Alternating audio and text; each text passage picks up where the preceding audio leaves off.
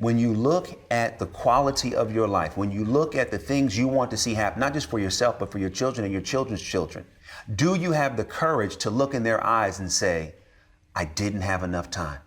Sorry you don't have health care. Sorry you don't have a living wage. Sorry you don't have the money to go to school because I chose not to vote. You can't hold us back. You can't hold us back. You can't hold us back.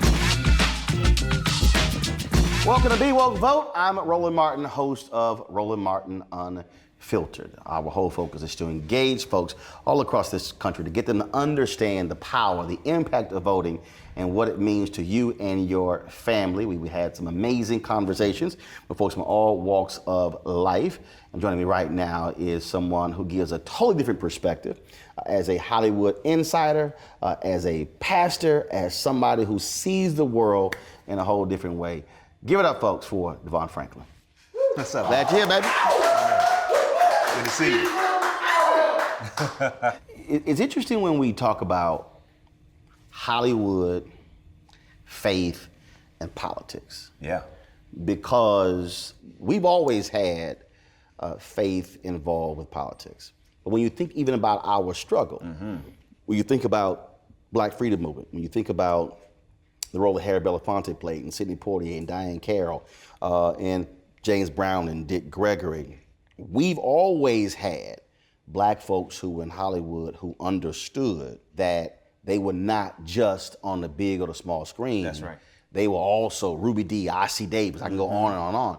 They understood we got to use this thing we got. That's right. To make change. Absolutely. And the thing about it is, especially now, you know, when the stakes couldn't be higher for where we are as a country, where we are as a culture, when you have the platform in entertainment, I do believe it's important to use it, because the same people that will buy the movie ticket or stream the album or go and support the book, they're the same people. They're voting for what they want to see in entertainment. And now, to me, it's about using the platform to say, hey, it's not just about an entertainment vote, it's about a vote that actually is going to affect the very trajectory of your life. The reality is, everybody is not going to be as active and involved as Kerry Washington or Jeffrey Wright. They're going to be those people who are going to be raising money. They're going to be those people who are going to be publicly raising money, others who are going to be privately raising money. But the thing for me is, you got to do something. Yeah, no matter what it is. And I think that's also one of the challenges, is that too often we will look at others and make a judgment on what they shouldn't do. I think we all have to operate based on our convictions, right? And that conviction, especially when it comes to being politically active, is going to take a different shape in each individual relative to who they are, their platform, their background, so on and so forth. But I agree with you that we all, especially in this moment that we're living in, should feel compelled, no matter what our sphere of influence is to do something to help make this thing different. Look what just happened with Taylor Swift. Exactly. So here is right. Here is a young white woman from Tennessee who has, look, I'm not going anywhere near politics. Everybody, we all good. We love everybody. But all of a sudden, she's like, hold up. The stakes are too high. And what got me was, and I will give her credit, she didn't just say, oh, hey, I just need y'all to vote. She said, no. She did her homework. She said, I'm looking at this man, the former governor of Tennessee. I'm looking at Blackburn, who's member of the House, and she's like, I'm sorry, just because she's a woman, doesn't make she her, says she's against the things that I stand for, and I'm voting for this man. And there's 100,000 new voters just from that in like a 48-hour period. But here's the thing: how much effort did it really take her to do that? Not much. It was an Instagram post. So the idea that it's really hard, it's really not. You do the post, boom, your influence will speak for itself. So I think what she has done, if you look at what Rihanna recently just did this week, you know, and posting on her social channels about, hey, you got to get out and vote. I love what we're seeing, because it just takes one person like that to say, hey, before I wasn't going to get involved, now I realize I have to get involved, and it becomes a snowball effect. What I look at right now, where we stand, you talk about these issues and where we are in the level of divisiveness. I do believe you have a significant number of people, especially you look at the numbers of young people. I remember the last election, 2016, the Joint Center for Political and Economic Studies, they released their survey where it said, who is excited or who said, we're absolutely gonna vote. 65 plus, off the chart. They had the highest number. Literally, it went from 65 plus is where they started. And as you went from 65 plus to the next group, which was like 48 to 65, and then you went from 30 to 47 or whatever, that bad boy was dropping. And the lowest number was 18 to 29. The numbers prove it. Millennials are the largest group in America. They're now larger than baby boomers. And if you don't use your power, they will run you over. Completely. And I think that's why what we're seeing so much, especially when you look at who's controlling the country and how the country is being controlled, it is because the powers that be and those that know how the system works are taking advantage of the system for their own interests. So part of it when it comes to this millennial generation is education. You got to understand why it's so important, understand what's really at stake. So the things that you're seeing, that they may be seeing right now that make you angry, here's how you can affect change. And what I love is that what you're seeing, what's coming out of Parkland, is these younger group, of millennials becoming much more politically savvy, much more politically activated and organized. Right.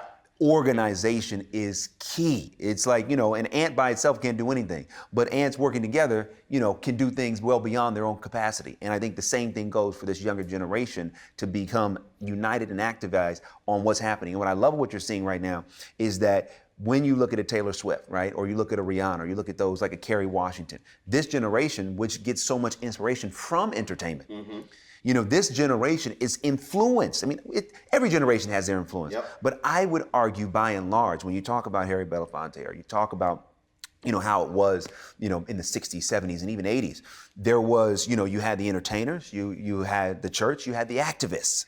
In our day and time, the church is somewhat losing its influence. Entertainment influence is growing. The activists are losing their influence. So where do most, this younger generation go? They go to entertainment.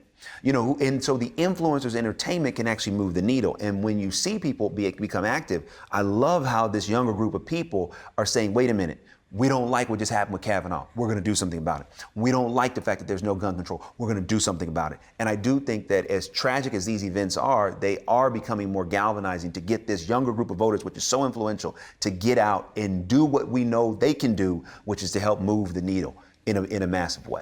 When a group of black pastors met with Donald Trump at the White House, it was supposedly about criminal justice reform. But in Trump's opening statements, he mentioned about 10, 12 different issues.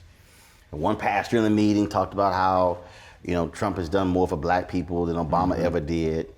And I listened to all those different pastors as they went around that particular table. And I wrote a column afterwards where I said, what do you say? And I said, when you go to the White House, are you enamored with getting the invitation? Or do you bring your prophetic with you? The prophetic has to always supersede the partisan. I said, you can go through the Bible, and when individuals messed up, the prophets let them know you messed up. The prophets were not afraid of the king.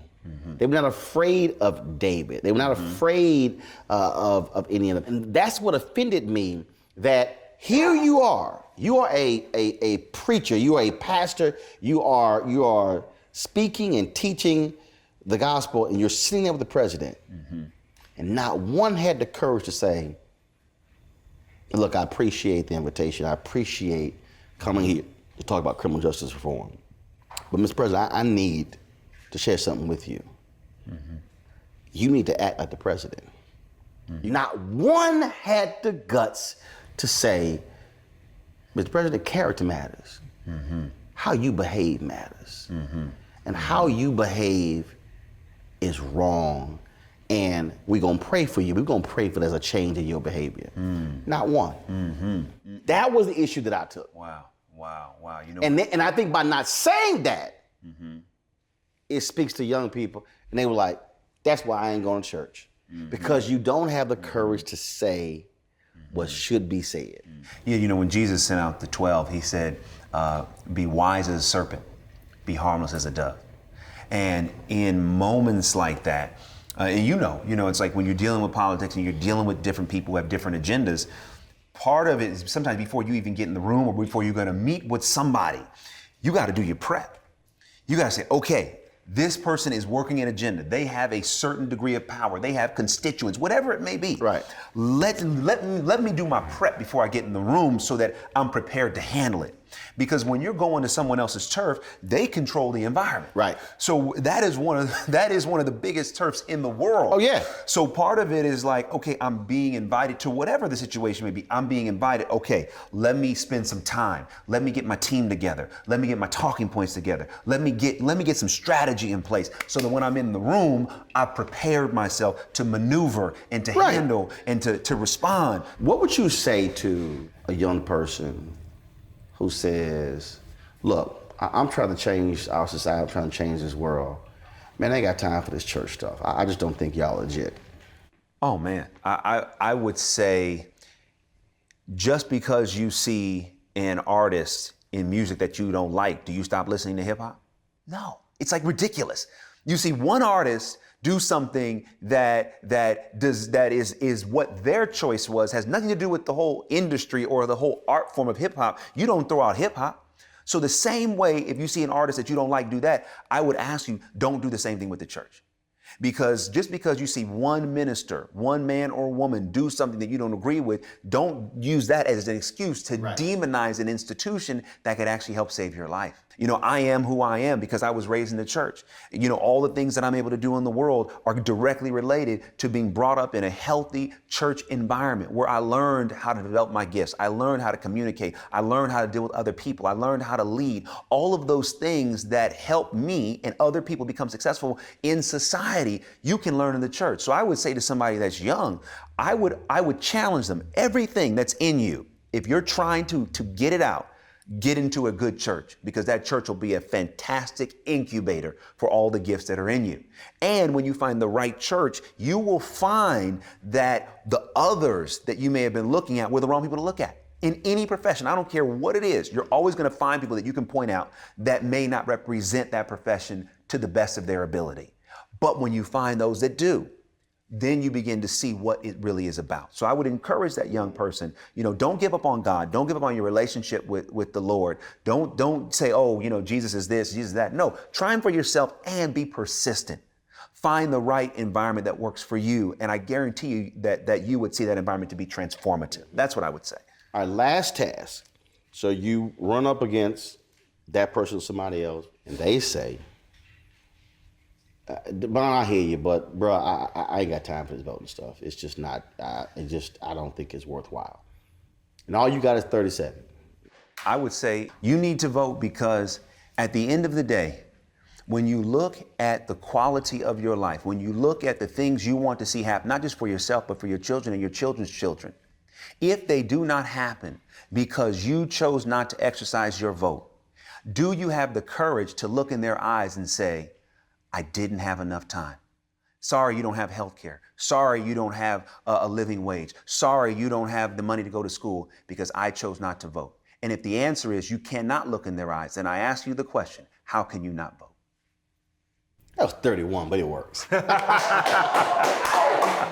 Hey, what's up, y'all? It's your boy, Devon Franklin. Get woke, be woke, stay woke, vote.